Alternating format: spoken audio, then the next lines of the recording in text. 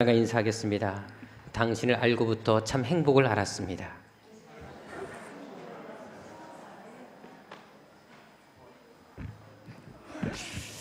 예. 오늘따라 여러분들의 모습이 참 아름답게 보입니다. 아름다운 성전에 있는 여러분들의 모습이 더 아름다운 것 같습니다. 함께 저랑 인사하겠습니다. 하나님은 여러분들을 향한 놀라운 계획을 가지고 계십니다. 아멘. 감사합니다. 개를 키워보신 분들은 아시겠지만 개가 언제 가장 용감하신 줄 아십니까? 바로 주인과 함께 있을 때 개들이 아주 용감해지는 것을 발견할 때가 있습니다. 제가 전에 한번 공원에 간 적이 있었는데 공원에 가니까 개가 한 마리가 그렇게 짖고 있더라고요. 보니까 여자 주인과 함께 산책 나온 개였습니다. 그 종이 바로 치아와였는데 여러분이 알다시피 치아와가 그렇게 큰 개가 아닙니다. 조그맣습니다. 근데 얼마나 싸나운지 지나가는 사람들을 볼 때마다 짖고 있더라고요. 그래서 제가 한번 그 옆에 가봤습니다. 그랬더니 어떻게 된 줄 아십니까? 저를 딱 보자마자 그 개가 꼬리를 흔들면서 그리고 저한테는 너무 반갑게 맞이할 줄 알았습니다. 근데 그렇게 한 것이 아니라 역시 동일하게 똑같이 짖는 것을 제가 발견하게 됐습니다. 정말 여러분들 얄밉더라고요. 1인분밖에 안 되는 그 개가 그렇게 사람을 향해서 짖어대는 모습 보면서 정말 심판하고 싶은 마음이 굴뚝같이 일었습니다. 하지만 그렇게 할 수 없었던 이유가 뭐냐면 바로 주인 때문이었습니다. 특별히 여자 주인이 더 싸납게 생겼거든요. 그러니까 도저히 어떻게 개에 대해서 심판을 내릴 수가 없었습니다. 마음속에 그런 기도가 절로 나오더라고요. 하나님, 저 개의 죄를 용서하여 주옵소서. 지금 저 개는 지가 하는 짓을 모르나이다. 그런 기도를 하게 됐습니다. 여러분들 만일 근데 개가 주인이 없었다면 그렇게 사람들을 향해 짖을 수 있었을까요? 미친 개가 아니고서는 그렇게 사람에게 짖을 수가 없습니다. 근데 주인이 함께 있으니까 이 개들은 용기를 갖고 담담히 생겼다는 것을 발견하게 됐습니다. 바로 주인이 자기를 지켜준다는 그 믿음 때문에 이 개들이 용맹하게 되었다는 사실입니다. 그것은 우리도 마찬가지입니다. 우리도 이렇게 개 같은 믿음을 가질 수만 있다면 여러분 얼마나 우리의 삶의 모습이 달라지겠습니까? 아무리 큰 인생 위기가 온다 할지라도 하나님이 우리와 함께 계신다는 그 확신만 가지고 있다면, 하나님께서 우리의 주인 되신다는 그 확신을 우리가 놓지 않는다면 우리는 어떤 삶의 형편에서도 일어설 수 있고 용기를 가질 수 있다는 사실입니다.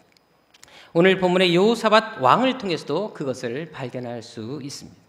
오늘 본문 말씀은 여호사밧 왕 때 있었던 주변 국가들의 갑작스런 침략으로 인해서 이스라엘의 큰 국가적인 위기를 맞는 사건을 다루고 있습니다. 근데 여러분들 알다시피 원래 이스라엘 민족들이 국가적인 재난이나 위험을 당할 때가 언제였냐면 바로 왕들이 그리고 지도자들이 타락했을 때, 우상을 섬길 때 그런 어려움들을 겪었던 것을 발견할 수 있습니다. 그런데 여러분들 여호사밧 왕은 어떤 왕이었습니까? 우리가 잘 아는 대로 다윗 왕 이후에 이스라엘은 적어도 39명의 왕이 통치했던 것을 발견하게 됩니다. 총 40명의 왕 중에서 이제 나라가 분열된 이후에도 39명의 왕들이 나라를 다스렸습니다. 근데 그 많은 왕들 중에 정말 하나님 앞에 선했던 왕, 하나님을 잘 섬겼던 왕들은 그렇게 많지가 않았습니다. 대표적인 왕들 3명이 있었습니다. 바로 히스기야 왕, 요시야 왕, 그리고 오늘 본문의 여호사밧 왕이 하나님께 특별히 칭찬받았던 왕들이었던 것을 찾아볼 수 있습니다. 그런데 오늘 본문을 보십시오. 이렇게 하나님을 잘 섬겼던 여호사밧 왕에게 언제 이런 재난이, 국가적인 위기가 닥쳐온 것이겠습니까? 오늘 1절에 보면 그 후에라는 말씀이 나와 있습니다. 그렇다면 이 이후에 라는 말씀은 어떤 사건 이후에 일어난 일일까요? 특별히 바로 19장에 그 사건이 있은 직후에 국가적인 위기가 있었던 것을 찾아볼 수 있습니다. 그렇다면 여러분 19장은 어떤 사건이 나타나 있습니까? 우리 한번 19장 4절을 보도록 하겠습니다. 우리 19장 4절 같이 한번 읽도록 하겠습니다. 시작. 여호사밧이 예루살렘에 거하더니 나가서 부엘사바에서부터 에브라임 산지까지 민간에 순행하며 저희를 그 열조의 하나님 여호와께로 돌아오게 하고라고 나와 있습니다. 여러분 여호사밧 왕이 온 이스라엘 다 다니면서 남쪽부터 북쪽 끝까지 다니면서 모든 백성들로 하여금 하나님을 섬기도록 신앙 부흥 운동을 일으켰던 것을 찾아볼 수 있다는 것입니다. 이렇게 열심히 하나님을 섬겼고 하나님을 따랐고 모든 백성들에게까지 하나님을 섬기겠는데 놀랍게도 바로 이 직후에 이런 국가적인 어려움, 재난이 임했다라는 것을 오늘 성경은 증거해주고 있다는 것입니다. 어떻게 믿음으로 사는데 이런 일이 생길 수가 있습니까? 하나님께서 오히려 더 복을 주시고 태평성대를 누리게 하는 것이 정상이 아니겠습니까? 그렇게 하나님 앞에 자기만 잘 섬기는 것이 아니라 모든 백성들이 이리까지 하나님을 잘 섬기겠다면 적어도 하나님은 여호사밧 왕을 지켜주는 것이 정상이 아니겠습니까? 그런데 1절에 나와 있는 것처럼 신앙 부흥 운동 직후에 더 큰 고난이 다가왔다는 것을 알 수가 있다는 것입니다. 그렇다면 이런 상황을 우리가 어떻게 받아들여야 할까요? 한 심리학자의 글에 보니까 인간이 고난을 당하면 4가지로 반응한다고 합니다. 먼저 자기에게 처한 고난을 믿지 않고 그리고 인정하지 않는 거부의 단계가 있다고 합니다. 또 한 가지는 왜 하필 내가 이런 고난을 당해야만 하는가 하면서 분노하는 단계가 있다고 합니다. 또한 낙심과 슬픔에 빠져 헤어나지 못하는 절망의 단계가 있다고 합니다. 그리고 이 고난만 지나면 잘 되겠지라고 생각하는 협상의 단계가 있다고 말을 합니다. 하지만 기독교인에게는 어떤 단계가 있을까요? 바로 소망의 단계라는 것이 있습니다. 고난 속에서도 하나님께서 반드시 나를 향한 놀라운 계획이 있다는 사실을 믿고 기도하며 기다리는 단계, 바로 그 반응이 우리 크리스천들이 가져야 될 자세라는 것을 우리는 알아야 한다는 것입니다. 오늘 본문의 여호사밧이 바로 그런 사람이었다는 것입니다. 그는 하나님을 가장 잘 섬길 바로 그때 생각지도 못했던 고난을 당하게 됩니다. 정말 하나님을 열심히 섬겼고 하나님께 충성했는데 바로 그 순간에 가장 큰 위기를 겪었다는 것입니다. 하지만 그 고난 앞에서 그 한 것이 무엇입니까? 불평하고 있습니까? 원망하고 있습니까? 왜 나에게는 고난을 주셨는지, 신앙생활을 열심히 하고 있는데 왜 나는 아픔을 주셨는지 항변하고 있습니까? 오늘 본문 3절 이하에 보십시오. 적군이 이미 쳐들어온 상임에도 불구하고 그는 이 위기 앞에서 하나님께 나아가 기도하는 것을 찾아볼 수 있다는 것입니다. 게다가 백성들에게 무엇을 요구합니까? 백성들에게도 동일하게 기도하도록 요청하는 것을 찾아볼 수 있다는 것입니다.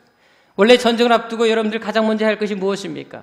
당연히 군사를 모집하고 그리고 작전회의를 해서 전쟁을 대비하는 것이 정상이 아니겠습니까? 제가 전에 300이라는 영화를 본 적이 있습니다. 여러분들 300이라는 영화를 아마 보신 분들도 많이 계실 것입니다. 근데 여러분 그 300이라는 영화에서 어떤 전쟁이 치러지고 있습니까? 페르시아의 100만이라는 대군과 스파르타의 300명의 군인이 전쟁하는 그런 상황을 보여주고 있습니다. 여러분들 100만과 300명이 싸우는 싸움이 이해가 되십니까?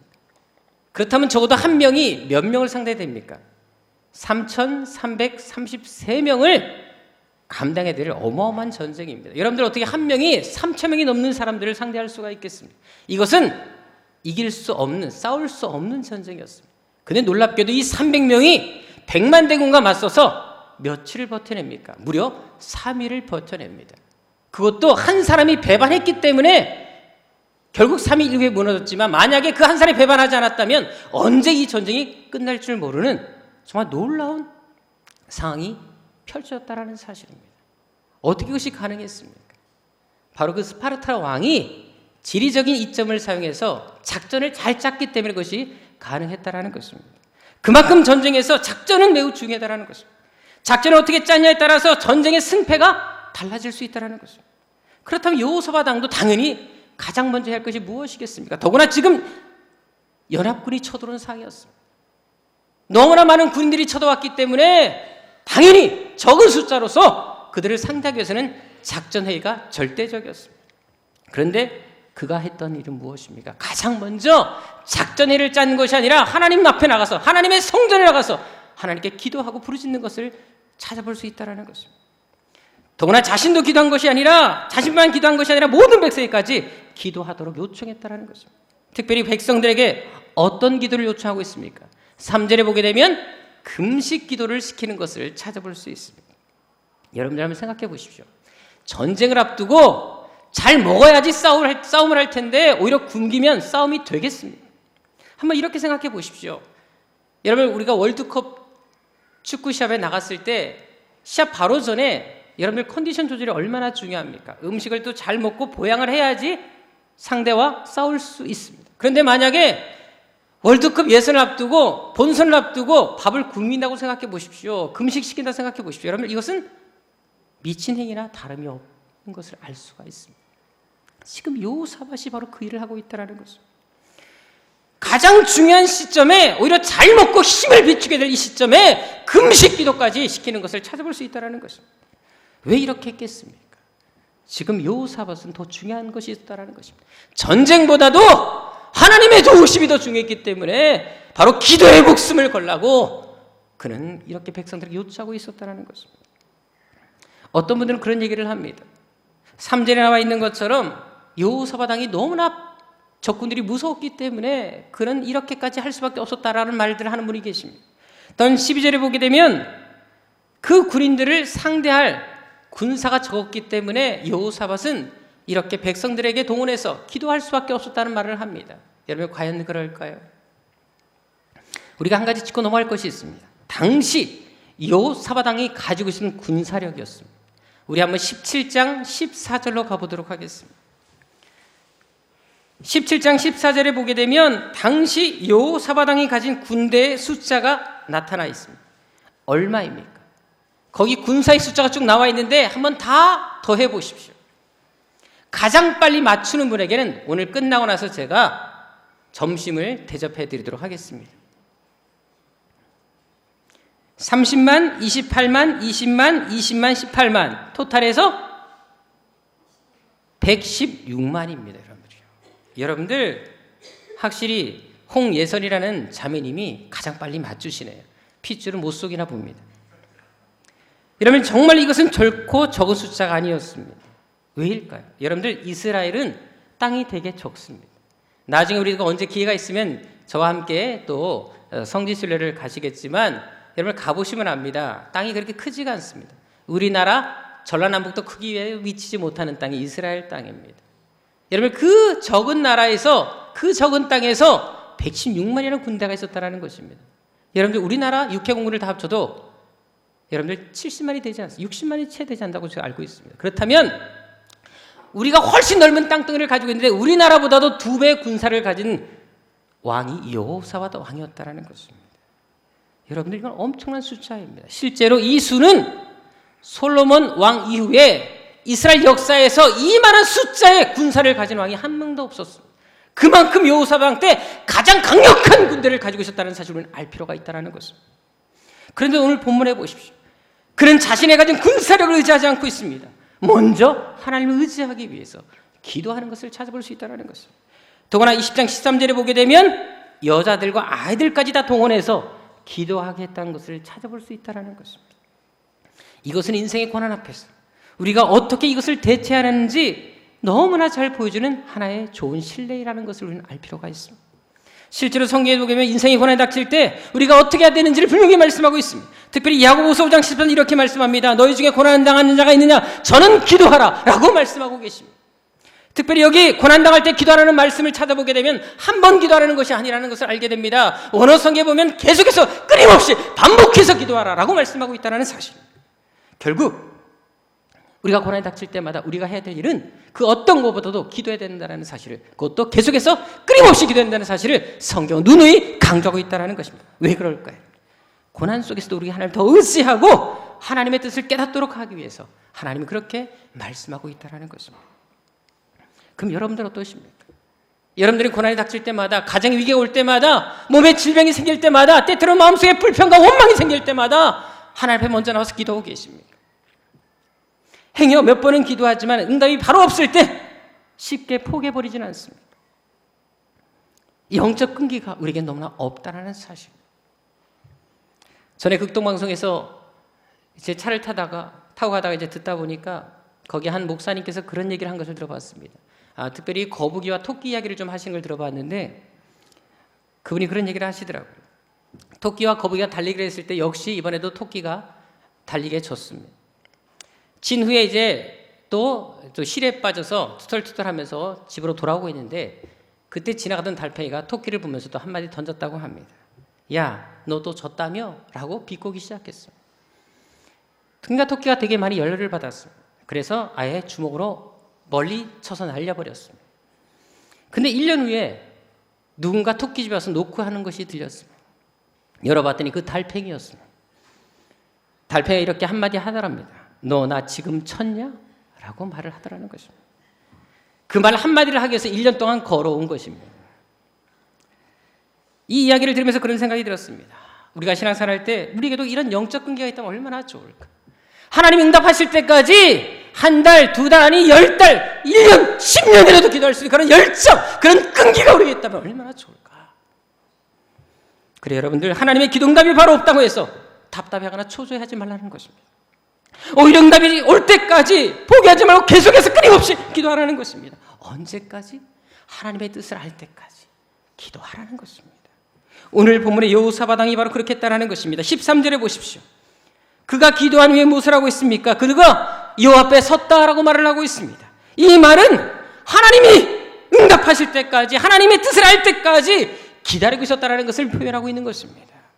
즉 아무리 전쟁이 중요하고 바로 코앞에 닥쳐왔다 할지라도 조급해하기보다 하나님이 응답하실 때까지 움직이지 않겠다, 그의 신앙 결단과 고백을 보여주고 있는 것입니다. 그런데 여러분, 결과가 어떻게 됐습니까? 이렇게 인생 위기 앞에서도 기도하면서 끝까지 기다린 그에게 하나님이 어떻게 응답하고 계십니까? 우리 15절 다 같이 보도록 하겠습니다. 15절에 보면 어떻게 하나님 응답하십니까? 야시라는 선지자를 통하여 하나님께서 말씀하십니다. 여호사밧 왕이여 들어라. 여호와께서 너에게 말씀하시기를 이 큰 무리로 두려워하거나 놀라지 말라. 이 전쟁은 너에게 속한 것이 아니라 하나님께 속한 것이다 라고 말씀해주고 있다는 것입니다. 또한 17절을 보십시오. 어떻게 말씀하십니까? 이 전쟁에는 너희가 싸울 것이 없다. 너희와 함께한 여호와가 권한 것을 보라 라고 말씀하고 있다는 것입니다. 한마디로 너희는 구경만 하라고 말씀하십니다. 내가 대신 싸워주겠다. 이 전쟁은 너희가 할 것이 아니라 내가 할 전쟁이다. 너에게 속한 전쟁이다라고 말씀하고 있다는 사실을 오늘 성경은 증거해주고 있다는 것입니다. 여러분, 복음성 가정에 그런 찬양이 있지 않습니까? 세상의 유혹 시험이 내게 몰려올 때도 나의 힘으로 그것을 모두 이길 수 없네. 거대한 폭풍 가운데 위축된 나의 영혼 어찌할 바를 몰라 헤매고 있을 때 주를 찬양, 손들고 찬양. 전쟁은 나에게 속한 것이 아니 주를 찬양, 손을 들고 찬양. 전쟁은 하나님께 속한 것이다 라는 그런 찬양이 있지 않습니까? 우리 1절만 불러볼까요? 세상의 유혹 시험이 내게 몰려올 때도 같이 한번 찬양해 볼까요? 세상의 유혹 시험이 내게 몰려올 때에 나의 힘으로 그것들 모두 이길 수 없네. 거대한 폭풍 가운데 위축된 나의 영혼 어찌할 바를 몰라 헤매이고 있을 때 주를 찬양, 손을 들고 찬양.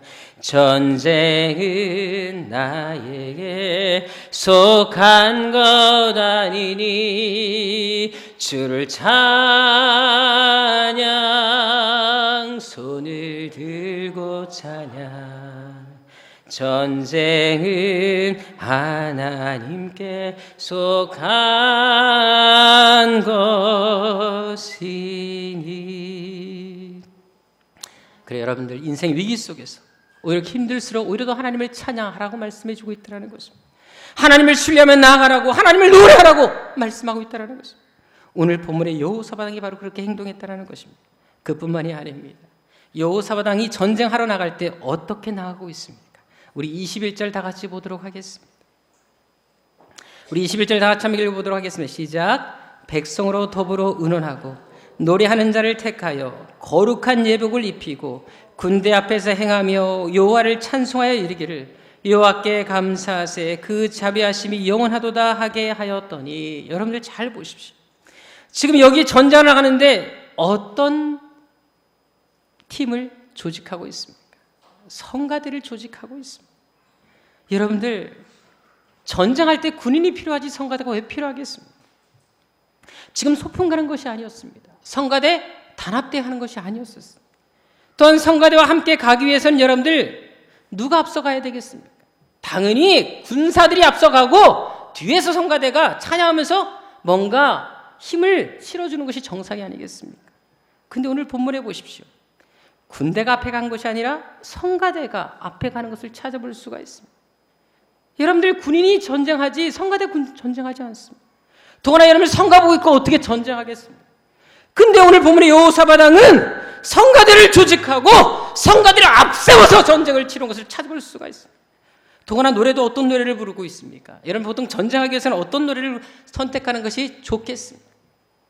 보통 여러분 찬송가에 보게 되면 전적인 노래가 얼마나 많습니까? 십자가 군병들아 주위에 일어나, 막 이런 찬양을 하든지, 아니면 주의 진리 위에 십자가 군기 높이 들고 나가세, 막 이런 찬양 하든지, 뭔가 막 전적인 노래 해갖고 나가세 나가세 주 예수만을 위하여 원수까지도 막 이렇게 하고 뭐 다 물리치고 막 이런 찬양하는 게 정상이 아니겠습니까? 근데 오늘 찬양은 어떤 내용을 찬양하고 있습니다. 놀랍게도 하나님의 도우심을 구하는 찬양도 아니라 감사의 찬양을 하고 있습니다.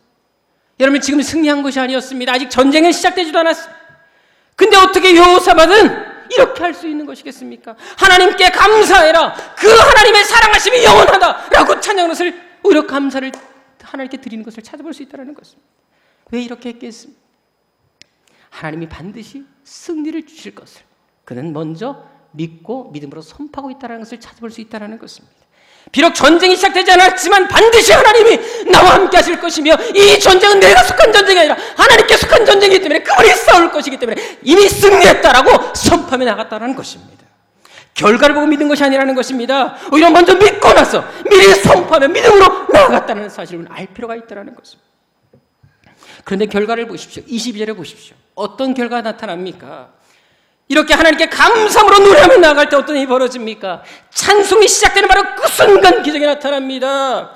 여러분, 그래서 23절에 보게 되면 자기들끼리 싸워서 완전히 자멸하는 것을 찾아볼 수 있습니다. 힘 안 들이지 않고 거저 승리를 쟁취하는 것을 찾아볼 수 있다는 것입니다. 단 한 명의 사상자가 나오지 않았습니다. 부상자가 나오지 않았습니다. 그냥 가서 그들의 전리품을 훔쳐오기만 하는, 그런 거둬들이만 하는 그런 놀라운 역사를 만들어냈다는 것입니다. 결국 인생의 위기 속에서도 오히려 미리 하나님께서 응답하실 것을 믿고 감사로 나가니까 그 믿음대로 되게 하셨다는 것입니다. 하나님 이것을 주십시오, 내가 그럼 믿겠습니다가 아니라 하나님께서 이미 주셨기 때문에 믿고 감사로 나가니까 그 믿음대로 되게 하셨다는 것입니다.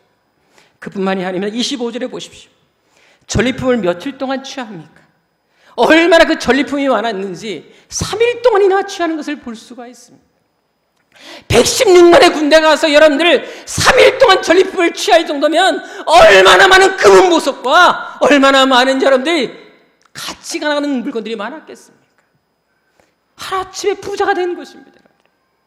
더구나 26절에 보십시오. 이 전쟁의 소식을 들은 이방의 모든 나라가 여호사밧 왕을 두려워하기 시작합니다. 더 이상 쳐들어오지 않았다는 것입니다. 거기다가 30절에 보십시오. 하나님께서 이스라엘 땅에 무엇을 주십니까? 바로 샬롬, 평강을 주셨다라고 말씀하십니다. 하나님께서 물질의 축복도 주시고 모든 대적들이 다 나를 우러러보고 경외하고 두려워하는, 나를 정말 존귀하게 보는 놀라운 역사를 허락해 주셨고, 그리고 정말 하나님의 평강이 임하는 그런 축복을 주셨다는 것입니다. 이것이 어떻게 가능했을까요? 어떻게 이런 놀라운 축복을 받아들일 수 있었을까요? 만일 여호사밧이 자기의 군사력을 믿고 전쟁을 했다면 어떤 결과가 주어졌겠습니까? 대피하든지 아니면 수많은 군사를 잃었을 것입니다. 승리한다 할지라도 피 흘리는 승리가 됐을 것입니다. 하지만 인생의 위기 속에서도 그럼에도 불구하고 끝까지 기도하며 믿음으로 나아가니까 고통스러울수록 아플수록 더 하나님께 감사하며 하나님을 찬양하니까 하나님께서 그 믿음을 보시고 환경을 역전시키시고 삶의 변화를, 하나님의 기적을 오늘 이 여호사밧에게 허락했던 것을 찾아볼 수 있다는 것입니다. 그래서 우리가 어떤 인생의 위기 속에서도 이렇게 하나님을 붙잡고 믿음으로 선포하며 오히려 그럴수록 힘들수록 하나님께 감사하고 오히려 하나님을 높여드리는 것이 얼마나 중요한 것인지를 오늘 보면 우리에게 분명히 보여주고 있다는 것입니다. 경상북도 영덕에 가면 한 작은 마을이 있습니다. 거기에 김상태라는 집사님이 계시는데요. 그 교회, 이제 구계교회라는 교회를 섬기는 분이십니다. 근데 이분이 어부십니다. 근데 이제 보통 이제 어부들은 고기를 잡기 전에 함께 다 모여가지고 고사를 지낸다 그래요. 그래서 오늘도 수확량이 많아지기를 바라는 마음에서 꼭 고사를 지내고 나가는데, 당연히 여러분 이 집사님 그래도 교회를 다니시니까 그 자리에 참석한다 할지라도 고사를 지낼 수 없지 않겠습니까? 근데 이제 모든 어부들이 다 고사를 지내는데 이분만큼은 유독히 고사에 참여하지 않았다고 합니다. 그랬더니 얼마나 주위 사람들이 욕을 하고 비난하든지 그 일을 혼자 다 감당했다고 합니다. 그때마다 이분은 교회 가서 혼자 기도했다는 것입니다. 여러분들 근데 나가서 고개를 잡을 때 그래도 사람들이 고개를 잘 잡는 날도 있지만 못 잡는 날이 얼마나 많겠습니까? 그러니까 고개를 못 잡고 오면 다 그 집사람을 욕하는 거예요. 당신이 함께 참여하지 않아서 부정타는 것이라고 막 손가락질하면 더 많이 욕을 하더라는 것입니다.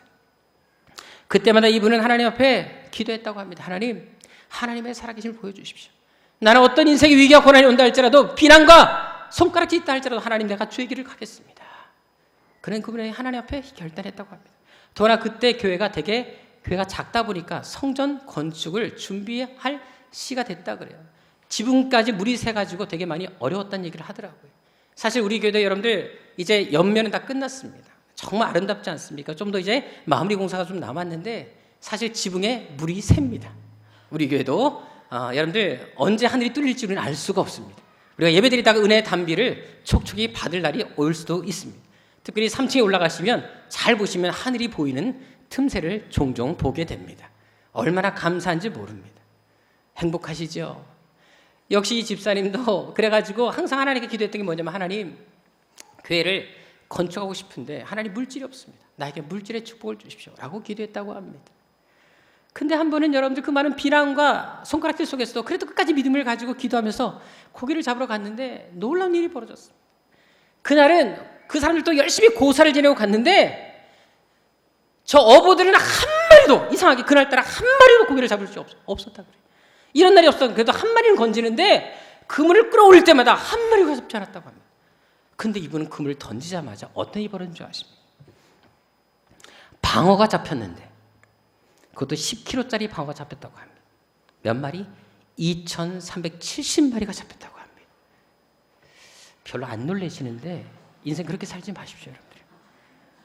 남들은 한 마리도 못 잡는 그 상황에서 2370마리를 혼자 잡았다는데 좀 놀라셔야지 제가 간장할 맛이 나지 않습니다.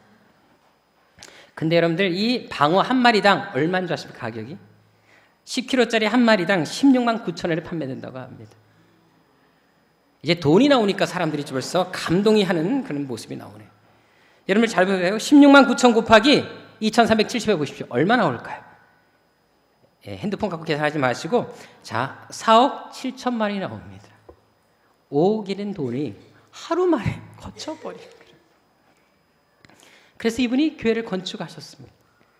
그러니까 사람들이 저도 말을 못하는 거예요. 아니 고사 지낸 자기들은 아무도 한 마리도 못 잡았는데 아니 고사 안 지내고 기도했던 사람 집사는 방어를 2370마리 잡고 오니까 할 말을 잃어버리고 말았습니다. 이것 때문에 이분의 사건이 기독교 신문에 기재가 됐고 이것 때문에 이분이 또 전국교회를 다니면서 간증하는 인생이 되고 말았습니다. 여러분도 이런 멋진 인생 정말 기적 인생 살고 싶지 않으십니까? 뭔가 사람들에게 도전 주는 정말 하나님 앞에 살아계신 역사를 보여주는 통로가 되고 싶지 않습니까?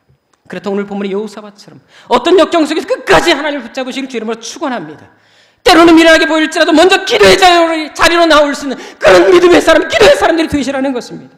아무리 인생의 고통과 시련 속에서도 믿음으로 먼저 하나님께 감사의 찬양을 드릴 수만 있다면 왜 하나님께서도 여러분을 통해서 그 일을 이루지 않으시겠습니까? 오늘 하나님 반드시 여러분을 통해서 동일한 역사를 일으켜 주실 것입니다. 여러분들의 삶을 통해서 앞으로 남은 생애를 통해서 여호사밧 같은 신앙의 결단이 나길 주 이름으로 축원하며 또 많은 사람들이 여러분 때문에 하나님께 돌아오는 역사 나타나시기를 주 이름으로 축원합니다. 기도하겠습니다.